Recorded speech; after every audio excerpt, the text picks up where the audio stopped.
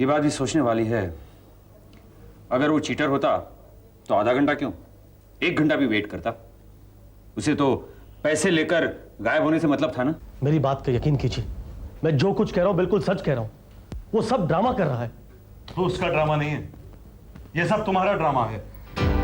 रोहित, पता नहीं तुम क्यों झूठ बोल रहे हो सकता है रोहित सच बोल रहा है। हो।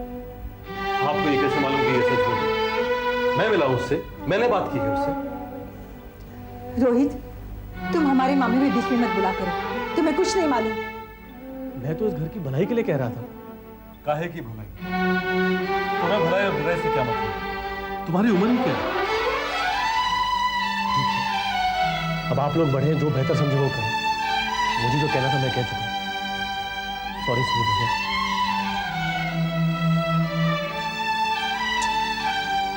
हताश मत हो बेटे, मैं उस आदमी से बात करता हूं, हो सकता है वो मेरी बात मान जाए। इसका नंबर क्या है? 9821012124।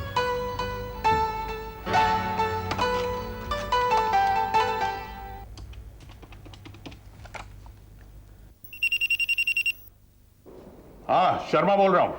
मैं विशंबर नाथ दीवान बोल रहा हूं। हाँ बोलिए विशंबर जी। जी हाँ, आपको बीच में जो बिजनेस में प्रॉब्लम आई उससे मैं वाकिफ हूं। माफ करना, एक बात कहनी थी आपसे। आपके बेटे वक्त के बिल्कुल पाबंद नहीं है। अगर इसी तरह हुआ तो वो बिजनेस कैसे कर पाएंगे? जी वो बच्चा है, मेरी आपसे रिक्वेस्ट है कि आप उसका काम कर दें। आपने मेरा नाम तो मार्केट में सुना ही होगा। हाँ हाँ, आपके नाम पर तो सारा बिजनेस चलता है जी। मेरी खातिर आप मान जाइए प्लीज। बाबूजी, इतना गिड़गिड़ाने की जरूरत नहीं है। चुप रहे, मैं बात कर रहा हूं ना। अरे बिजनेस में ये सब कुछ करना ही पड़ता है। सॉरी। हाँ तो मेरी आपसे रिक्वेस्ट है कि आप फाइनेंस के बारे में दोबारा सोचें। I will be thankful to you. और देखिए विशंबरनाथ जी, मैं अब आपके बेटे के लिए नहीं, सिर्फ आपके लिए काम करूंगा।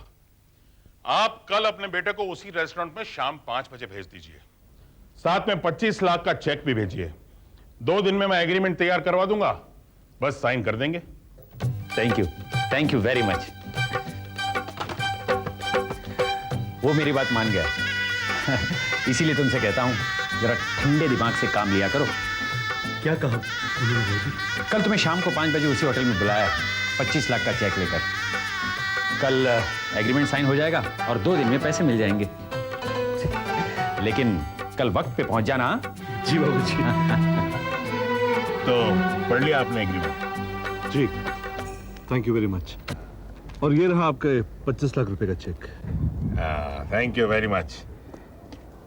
ये लीजिए मेरा कार्ड। 2 दिन बाद यहीं मिलेंगे। आपका काम हो जाएगा, डोंट वरी। Thank you. क्या गारंटी है कि आप 2 रोज के बाद यहीं मिलेंगे? कौन हो तुम? मुझे नहीं पहचाना? मिस्टर खुराना का बेटा हूं मैं। कौन खुराना? मैं किसी खुराना को नहीं जानता। कैसे पहचानेंगे आप? आप तो मेरे पापा को भी एक बार बेवकूफ बना चुके हैं। देखो रोहित, तुम जाओ यहां से। बिजनेस की बात है, तुम भी मत बोलो। ये क्या बिजनेस करता है, कितना सच है कितना झूठ है, अभी पता चल जाएगा। इंस्पेक्टर साहब, ये रहा आपका शिव शर्मा। और शर्मा साहब, बहुत पुलिस की आंखों में धूल झोंक चुकी है, बहुत लोगों को बेवकूफ बना लिया। क्यों? कहना क्या चाहते हैं आप? देखिए, ये मेरी इज्जत का सवाल है। आप तुम्हारी इज्जत क्या है ये अभी पता चल जाएगा। सुनो साहब, इनका शुक्रिया अदा कीजिए कि इनकी वजह से आप बच गए। ये आदमी एक बहुत बड़ा चीटर है, इनका बहुत बड़ा गिरोह है। ये लोग 25-50 लाख लूट कर भाग जाते हैं। पुलिस को बहुत दिन से इनकी तलाश थी। क्यों मिस्टर शर्मा, सच या झूठ? सीधे सीधे सच्चाई बता दो, वरना पूरे रेस्टोरेंट के सामने तुम्हारी इज्जत उतार कर रखूंगा, समझे?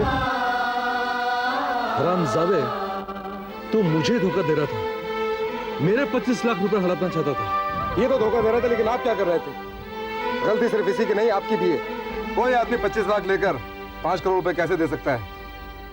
और आप इन्हें ये रकम मुहैया कर रहे थे बगैर इसका बैकग्राउंड जाने।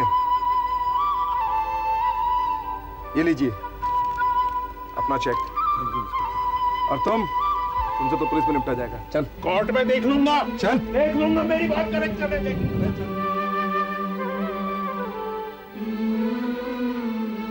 रोहित, सॉरी, मैंने तुम्हें गलत समझा।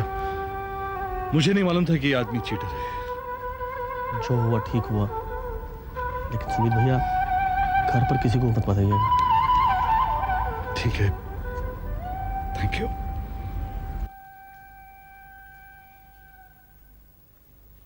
सुमित, सुमित, ये क्या? जी भैया।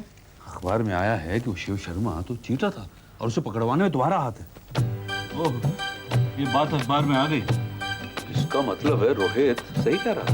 हाँ भैया, रोहित सही कह रहा था। इसमें मेरा कोई हाथ नहीं। रोहित ही पुलिस को लेकर वहां गया था और वहां जाकर पूरी सच्चाई का पता चला, वरना हमारे 25 लाख रुपए तो चले ही गए होते।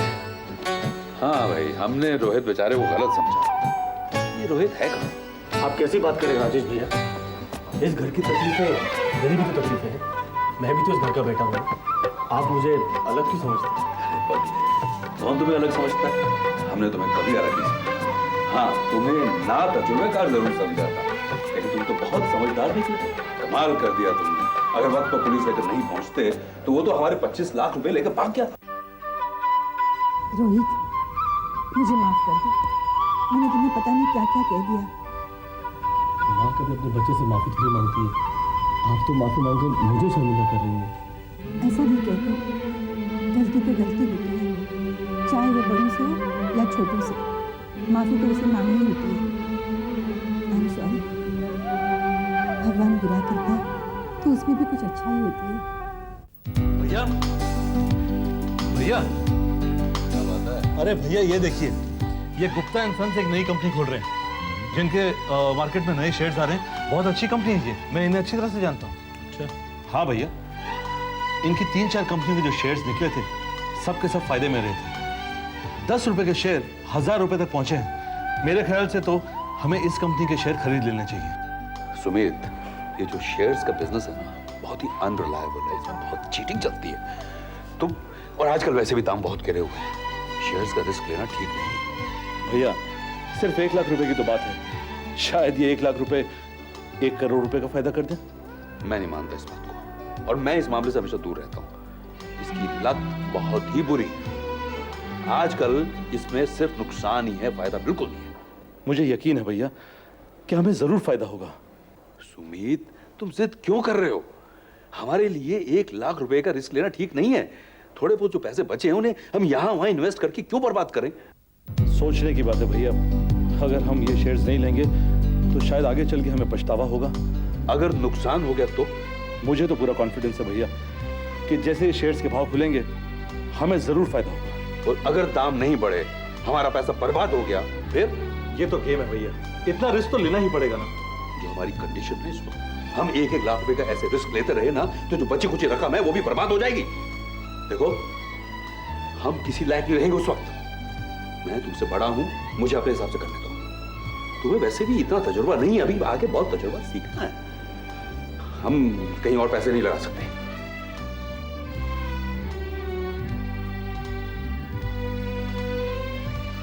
वो बड़े भाई हैं, उन्होंने जो भी कहा सोच समझ कर ही कहा होगा। और फिर ये जरूरी थोड़ी है कि जिस कंपनी के शेयर्स पहले बढ़े हैं वो वापस बढ़ जाएंगे। वो आपसे बड़े हैं, मान जाइए उनकी बात। भैया ने कह दिया कि मैं बड़ा हूं, तुमसे ज्यादा जानता हूं और तुम्हें किसी बात का तजुर्बा नहीं है। इसका मतलब तो ये हुआ कि वो बड़े हैं और मुझे किसी बात का तजुर्बा नहीं है। जबकि शेयर्स में हम तीनों में से सबसे ज्यादा तजुर्बा मुझे है। ठीक है, अब आप ये सोचिए कि वो शेयर्स निकले ही नहीं। देखना, मेरी बात ना मानकर उन्हें जरूर पछतावा होगा।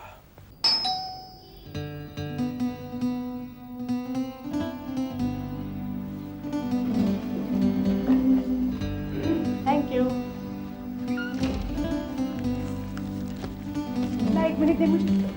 भाभी, मुझे पेपर थोड़े पढ़ना है, मुझे तो सिर्फ अपनी राशि पढ़नी है। मुझे भी तो वही पढ़नी है। अच्छा, पहले मैं पढ़ती हूँ फिर आप पढ़िएगा। अरे वाह, मेरा हफ्ता तो बहुत अच्छा है। मेरा पढ़। आपके मन में चिंता लगी रहेगी। आपको अपनी सेहत का ख्याल रखना होगा और अपनी जुबान भी संभाल रखना। बाबू, ये क्या लिखा है?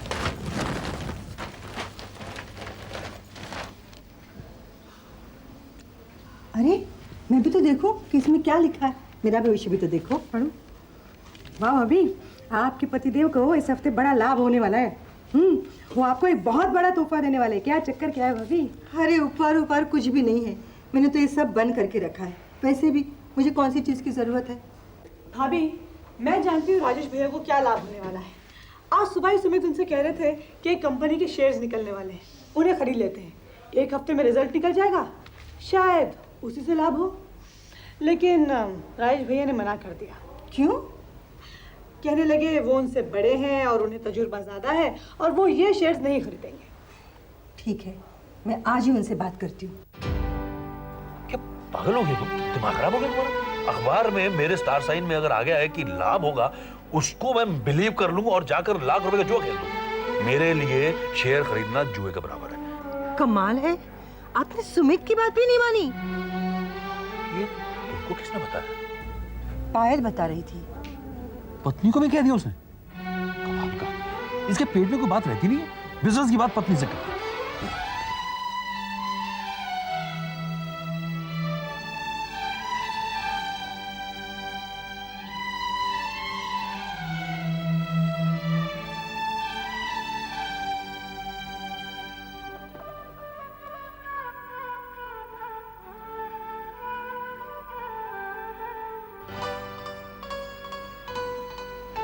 राजेश भैया, आप अभी तक सोए नहीं? हम हो। ये क्या, आप शराब पी रहे हैं? नींद नहीं आ रही है। फाइनेंशियल क्राइसिस की वजह से ना दिमाग में इतनी उलझने हैं कि इसका सहारा लेता हूँ, सुकून मिलता है। घर में किसी को बताना नहीं, ओके? ठीक है, मैं किसी को नहीं बताऊंगा। लेकिन राजेश भैया, क्या विस्की पीने से आपके प्रॉब्लम और टेंशन खत्म हो जाएंगे या कम हो जाएंगे? अच्छा राजेश भैया, मैं आपसे कुछ पूछना चाहता हूँ। कहो। आज सुबह मुझे विक्रम दलाल कर एक ब्रोकर मिला था और उसने मुझे बताया कि हमारे जो पड़ोसी मिस्टर पटेल हैं, वो हमारे इस घर को खरीदने में इंटरेस्टेड हैं क्योंकि वो अपने घर को एक्सटेंड करना चाहते हैं। उसने कहा कि वो इस घर के बदले में इसी एरिया में हमें एक दूसरा घर लेकर देंगे। मुझे लगता है कि अगर हम ये डील कर दें तो हमें कम से कम 50 लाख का फायदा हो सकता है। तुम्हारा दिमाग खराब हो गया है क्या? बड़े घर से हम छोटे घर में आए, अब इस घर से दूसरे घर में जाएंगे, 4 पैसों के लिए हम घर ही बेचते रहेंगे। कुछ जो इज्जत रहेगी उसे भी नीलाम करते हम। सजेशन लेके आए। राजेश भैया, बिजनेस तो हमारा रहा नहीं और सारा दिन लोगों से कर्जा मांगने के सिवा हमारे पास और कुछ काम तो रहा नहीं। मुझे लगता है अगर हम ये डील कर देते हैं तो हमें घर का घर मिल जाता है और 50 लाख का मुनाफा होता है। इसमें बेइज्जती वाली कौन सी बात है? तुझे क्या फर्क पड़ता है? तो हमें पड़ता है क्योंकि हमारी इज्जत नीलाम होती है यहाँ पर। तुम इस घर के थोड़ी हो, तुम तो आए हो बाहर से और हमारे सीने पे मूंग दल रहे हो तुम। मनहूस कहीं के, तुम्हारे इतने मनहूस हुए हो। जब से तुमने इस घर में कदम रखा हम ऊपर से नीचे ही जा रहे हैं। तरक्की कहां से करेंगे? तुम जैसे मनहूस हमारे साथ रहेंगे तो। अरे तुम तो अपने बाप के लिए भी मनहूस निकले, पाई पाई के लिए मोहताज कर दिया तुमने उसे। खुद तो चला गया और बांध गया तुम्हें हमारे गले में। आप ठीक कह रहे हो, मैं मनहूस बोझ हूं आप लोगों पर, इसीलिए मैं इस घर से चले जाना चाहता था। लेकिन सुबोध भाभी ने मुझे रोक लिया। चले जाना चाहिए था मुझे। कहते हैं आदमी शराब पीकर हमेशा सच बोलता है। आपने मुझे अपनी असलियत और औकात बता दी। मुझे चले जाना चाहिए था यहां से। तुमने ठीक कहा है, शराब पीकर आदमी सच बोलता है। तुमने पहली सच्ची बात तो सुन ली, फिर ये दूसरी सच्ची बात भी सुन ली। मैंने ये तुमको जो कुछ भी कहा है ना, तो अपनी फ्रस्ट्रेशन की वजह से, अपनी नाकाबिलियत को छुपाने की वजह से कहा।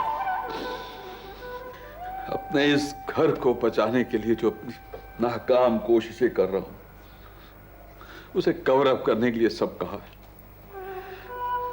मेरा और कुछ मतलब नहीं था। मैं तुमसे बड़ा हूं रोहित, गड़गड़ाऊंगा तो नहीं, लेकिन माफी मांगता हूँ। नहीं राजेश भैया, मैंने जो कुछ भी कहा है, आई एम सॉरी। मैं माफ कर दे। राजेश भैया। तुम जाना नहीं, हाँ?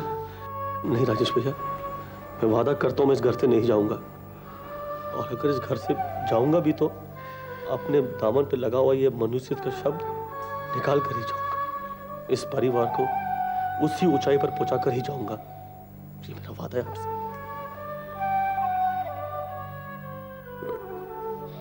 Thank you very much, thank you very much. Hello Bunty, कैसे हो बेटे? हाँ मैं बिल्कुल ठीक हूँ। आप लोग कब आ रहे हैं? इस संडे जरूर आएंगे। अच्छा सुनो, तुम अपना ख्याल रखना और अच्छे से पढ़ना, ठीक है? आप लोग पक्का आ रहे हैं ना संडे को? जरूर आऊंगी। मेरे लिए चॉकलेट्स भी लेके आना। ठीक है, बहुत सारी लाऊंगी। ठीक है आंटी, बाय। Okay bye. किससे बात कर रही थी पायल? बंटी से। अच्छा सुनो, इस संडे हम लोग उससे मिलने जरूर जाएंगे। ठीक है। लेकिन तुम्हें क्या हो गया? कुछ नहीं पायल, मैंने कहा था भैया से कि शेयर्स के भाव बढ़ने वाले हैं, लेकिन वो अपनी जिद पे अड़े। आज 10 रुपए के शेयर्स 500 रुपए के हो गए। आज अगर हम वो शेयर्स खरीद लेते तो हमें इतना फायदा हो जाता। तुम ठीक कह रहे हो, उन्हें तुम्हारी बात मान लेनी चाहिए थी। मान तो लेनी चाहिए थी। मैं जो भी बात उनसे करूं वो हमेशा यही कहते हैं कि मैं तुमसे बड़ा हूं, मुझे तुमसे ज्यादा तजुर्बा है। तो क्या क्या काम आया उनका तजुर्बा? अब जाने दो ना, उन्हें कोई शक हो गया होगा इसलिए मना कर दिया। पता नहीं क्यों नहीं मानते मेरी बात। इतने कॉन्फिडेंस से मैंने उन्हें कहा था कि भैया ये शेयर्स खरीद लीजिए, हमें बहुत फायदा होगा, लेकिन नहीं माने। अब खत्म भी करो ना इस बात को। पायल, अफसोस तो मुझे इस बात का होता है कि ऐसा महसूस होता है कि आई हुई रकम अपने हाथ से निकल गई है। दुख मुझे सिर्फ इस बात का है और कुछ नहीं।